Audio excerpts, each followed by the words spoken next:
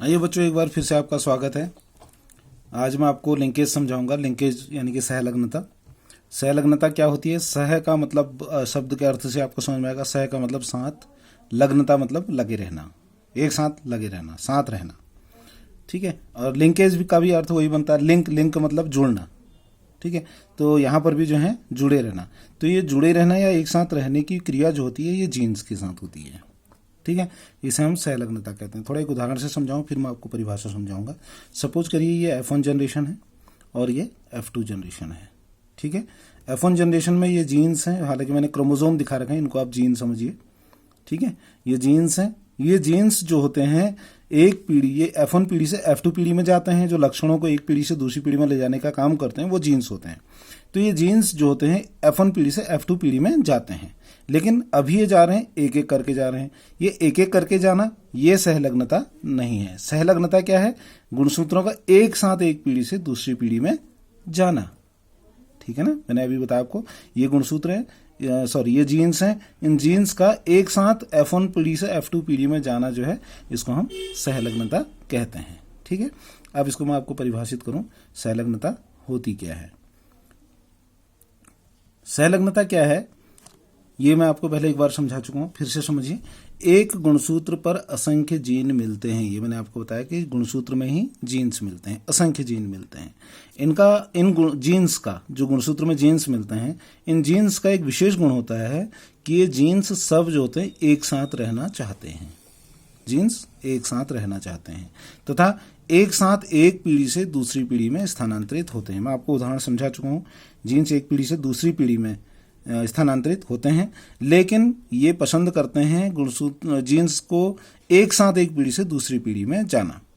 ठीक है। अतः कह सकते हैं कि वंशानुगति के समय जीन्स के एक साथ रहने की क्रिया सहलग्नता कहलाती है। ठीक है। एक इंग्लिश में definition, linkage is tendency of genes to remain together during the process of inheritance. Inheritance के समय जीन्स का एक साथ रहने की क्रिया जो होती है उसको लिंकेज या सहलग्नता कहते हैं। ठीक है। अब बेटसन एंड पुनेट ने सबसे पहले इसका प्रयोग देखा। उन्होंने जब प्रयोग किया तो प्रयोग क्या किया उन्होंने लिया शुद्ध नीले फूल वाले पौधे मटर के। ठीक है। और दूसरा लंबे परागकण वाले पौधे, मतलब पौधा ऐसा लिया जिसके फूल जो है वो नीले थे और परागकण लंबे थे। ठीक है। इसका क्रॉस उन्होंने कराया किसके साथ? लाल पुष्प वाला पौधा और जिसके परागकण गोल थे। दो दो लक्षण लिए, फूल का रंग नीला और लाल और परागकण लंबे और गोल। ठीक है। तो एक बार एक कैरेक्टर जो लिया, नीले फूल लंबे परागकण, दूसरी तरफ उन्होंने दूसरा जो लक्षण लिया वो लाल फूल गोल परागकण। इनके बीच में जब क्रॉस कराया तो आपने देखा होगा जो हमारा, जो इससे पहले मैंने आपको स्वतंत्र अपव्यूहन का नियम समझाया था, वहां पर ऐसे ही दो दो लक्षणों को लेकर हमने क्रॉस कराया था। तो क्रॉस के बाद हमें जो रेशियो मिला वो 9:3:1 का रेशियो मिला था। आपको याद होगा 9:3:1 का अनुपात मिला था। लेकिन यहाँ पर बेटसन और पुणे ने क्या देखा? उन्होंने देखा कि जब इनके बीच क्रॉस कराया गया तो क्रॉस कराने पर 9:3:1 के स्थान पर 7:1:7 का अनुपात आया। जो रेशियो आया वो 7:1:1:7 का रेशियो प्राप्त हुआ। ठीक है। तो इस प्रकार के जो बदलाव हुआ, इस बदलाव को बेटसन और पुनेट ने जो है उसको युग्मकी युग्मन यानी गैमेटिक कपलिंग कहा। गैमेटिक कपलिंग, जहां पे गैमेट आपस में कपलिंग करते हैं। कपलिंग मतलब जोड़ा बनाना। ठीक है। तो इस प्रकार के जो चेंज देखा उन्होंने, इस चेंज को उन्होंने क्या कहा? गैमेटिक कपलिंग कहा। अगर 9:3:1 का रेशियो आता फिर वो स्वतंत्र अपव्यूहन का नियम होता, लेकिन यहाँ 7:1:7 का रेशियो आया। ये प्रयोग जो है बेटसन और पुनेट ने 1906 में किया था। ठीक है।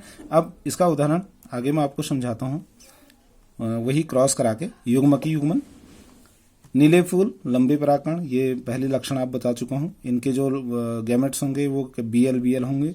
और ऐसे ही लाल फूल और गोल परागकण के बीच में क्रॉस कराएंगे तो पहले इनकी गैमेट बनाएंगे तो BL सब स्मॉल होंगे।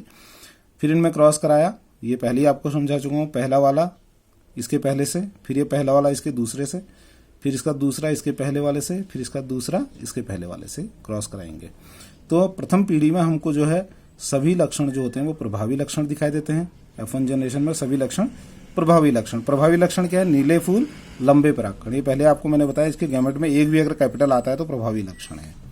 तो सभी में बी कैपिटल और एल कैपिटल है, एक एक बी एक एल कैपिटल सब में है। तो इसमें प्रथम पीढ़ी में सभी पौधे जो मिले वो हमको नीले फूल वाले और लंबे परागकण वाले पौधे प्राप्त हुए। ठीक हो गया। अब ये F1 जनरेशन में हमको प्राप्त हुआ। ठीक है। अब हम जब F1 जनरेशन से जब क्रॉस कराते हैं इनके रेसेसिव कैरेक्टर से, रेसेसिव का मतलब अप्रभावी लक्षण से जब हम क्रॉस कराते हैं तो फिर से इनके क्या हमको दिखाई देता है, ये वही चीज़ है जो मैं आपको समझा चुका हूँ। 7-1-1-7 का रेशियो मिलता है।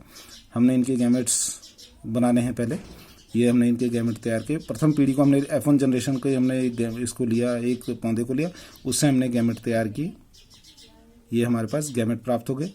ये बी, ये capital L, capital B, small l, small b capital L और स्मॉल बी स्मॉल एल। इसका हम जब क्रॉस कराएंगे किससे कराएंगे? इस रिसेसिव कैरेक्टर अप्रभावी लक्षण के साथ करेंगे। तो इसके जो गैमेट आएगा वो स्मॉल बी स्मॉल एल आएगा। अब इन चारों का इसके साथ क्रॉस, इस बी एल का इसके साथ, इसका इसके साथ, इसका इसके साथ, चारों का ही इनका क्रॉस कराएंगे। तो ये हमने जब पहला क्रॉस कराया, ठीक है, तो यहां से हमको क्या मिला? नीले फूल, लंबे परागकण वाले पौधे।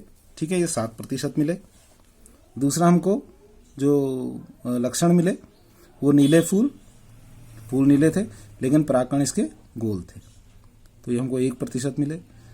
और तीसरा जो हमको मिला वो दोनों भी स्मॉल हैं, तो इसका मतलब लाल फूल है और परागकण जो है एक एल कैपिटल है तो लंबे हैं। ठीक है, तो ये हमको मिला लाल फूल, लंबे परागकण, ये भी 1% मिला।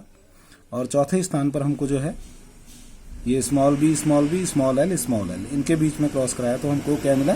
लाल फूल, गोल परागकण। ठीक है, तो लाल फूल, गोल परागकण हमको 7 मिले।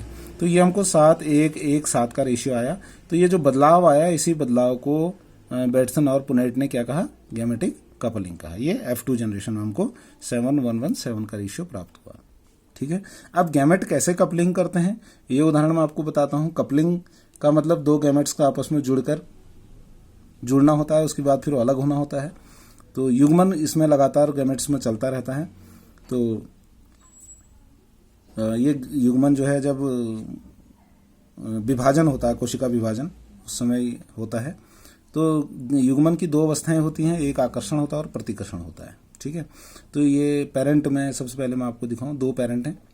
इन दोनों पेरेंट में देखिए, ये प्रभावी लक्षण है जो मैंने ब्लैक कलर से आपको दिखा रखा है, ये प्रभावी लक्षण है और ये अप्रभावी लक्षण है। ठीक है, यहां पर आप एक स्पेशल क्या देख रहे हैं कि प्रभावी लक्षण एक साथ है, समयुग्मनजी हैं, और अप्रभावी लक्षण एक साथ है, दोनों ही लक्षण अलग अलग पेरेंट में हैं। ठीक है, जब ये स्थिति होती है यानी प्रभावी लक्षण अलग एक ही क्रोमोसोम्स पर और अप्रभावी लक्षण अलग एक ही क्रोमोसोम्स पर होते हैं, तो इन्हें जो है इस प्रकार की स्थिति को आकर्षण कहते हैं। ठीक है, अब इनके बीच में जब हम क्रॉस कराएंगे तो प्रथम पीढ़ी में हमको ये ब्लैक और एक व्हाइट मिले, ये ब्लू, एक प्रभावी और एक अप्रभावी लक्षण मिलेंगे।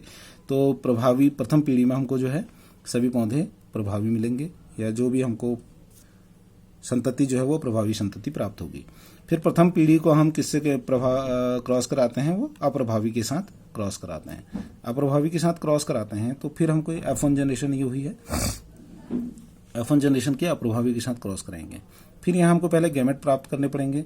गैमेट 2 प्रकार से प्राप्त करते हैं, एक तो सिंपल यही चीज सामने आती है, दूसरा इनमें कपलिंग होती है। ठीक है, एक तो हमें सीधे यही चीज, ये पूरा ब्लैक है यानी प्रभावी लक्षण, और एक अप्रभावी लक्षण बिल्कुल सेम तरीके से मिलते हैं।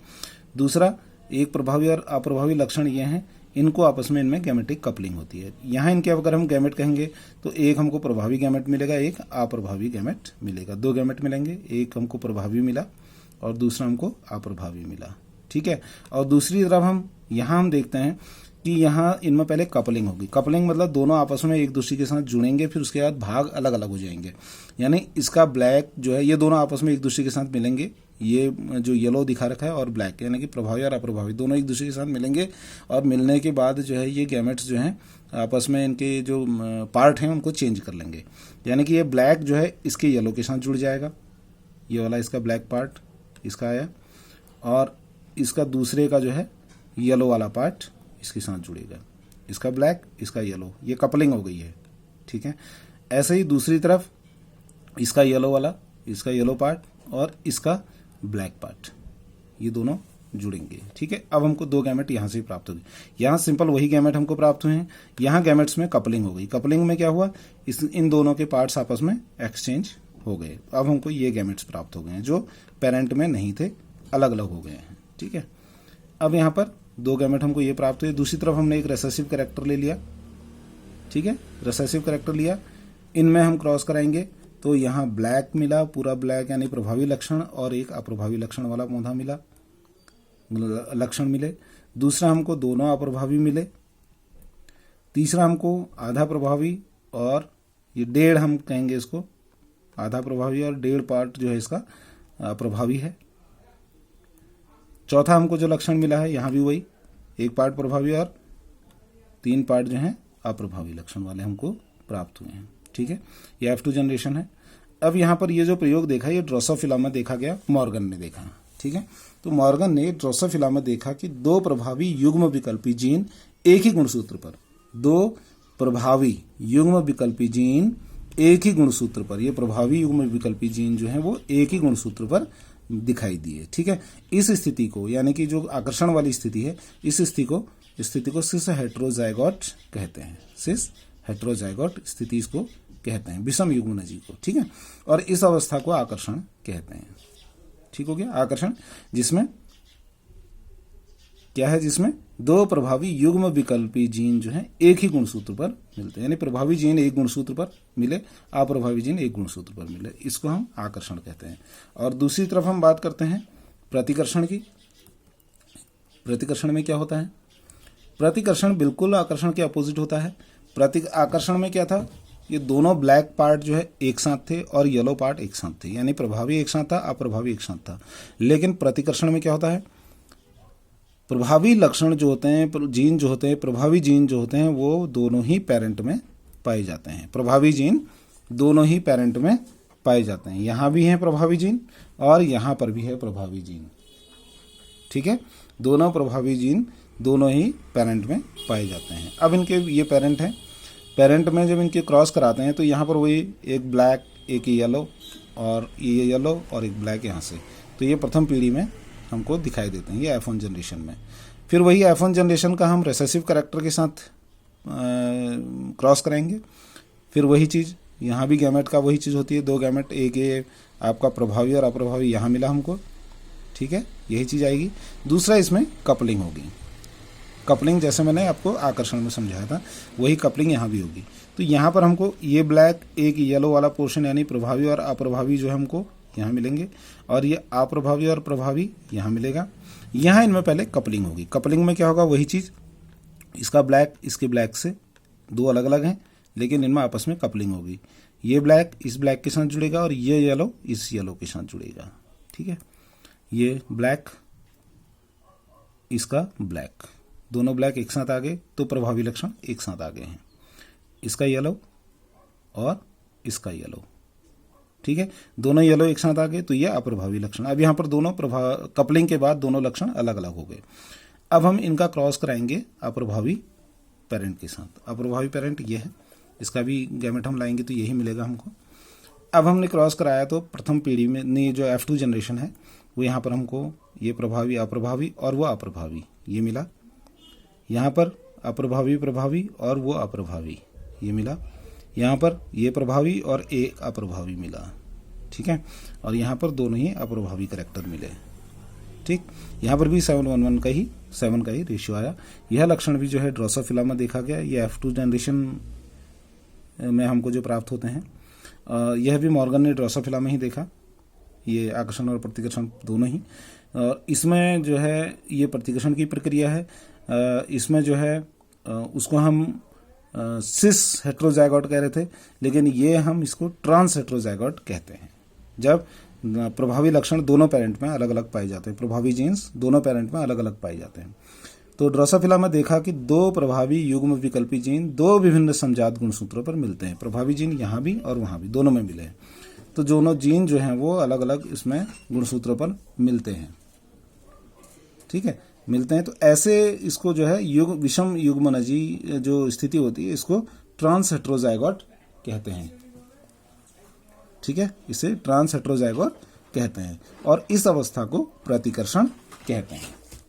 ठीक है, ये आपको समझ में आ गया होगा और इसको सही से समझिए। और अब आपके लिए कुछ प्रैक्टिस के लिए कुछ प्रश्न हैं, इन प्रश्नों को आपको करना है। पहला प्रश्न है, सहलग्नता से आप क्या समझते हैं, इसको समझाइए। पहला प्रश्न, सहलग्नता से आप क्या समझते हैं, इसको समझाना है। दूसरा प्रश्न है, युग्मकी युग्मन को चित्र आरेख द्वारा समझाइए, इसका अनुपात कितना होता है। युग्मकी युग्मन, ठीक है, युग्मकी युग्मन में अनुपात कितना होता है, 7:1:7 का रेशियो होता है। युग्मकी युग्मन कितनी अवस्थाएं होती हैं, कितनी लिख दिया गलती से, कितनी अवस्थाएं होती हैं। युग्मकी युग्मन की 2 अवस्थाएं होती हैं, एक आकर्षण और प्रतिकर्षण। प्रतिकर्षण और आकर्षण को चित्र आरेख द्वारा समझाइए, ये आप बनाएंगे और जो मैंने ब्लैक और ब्लू कलर येलो कलर से जो बनाया है वही चीज़ है। 5वां जो है, प्रतिकर्षण और आकर्षण मुख्य अंतर क्या है इनमें, मुख्य अंतर वही है। प्रतिकर्षण में जो प्रभावी जीन्स होते हैं वो दोनों पेरेंट में अलग अलग होते हैं, दोनों पेरेंट में प्रभावी जीन पाए जाते हैं, जबकि आकर्षण में प्रभावी जीन्स जो होते हैं वो एक ही पेरेंट में होते हैं। ठीक है, तो इसको हम कहते हैं सहलग्नता। लिंग सहलग्नता जो है, सहलग्नता इसी को कहा जाता है और आप इसको सही से पढ़िएगा, याद कीजिएगा, बहुत इंपॉर्टेंट है। Thank you.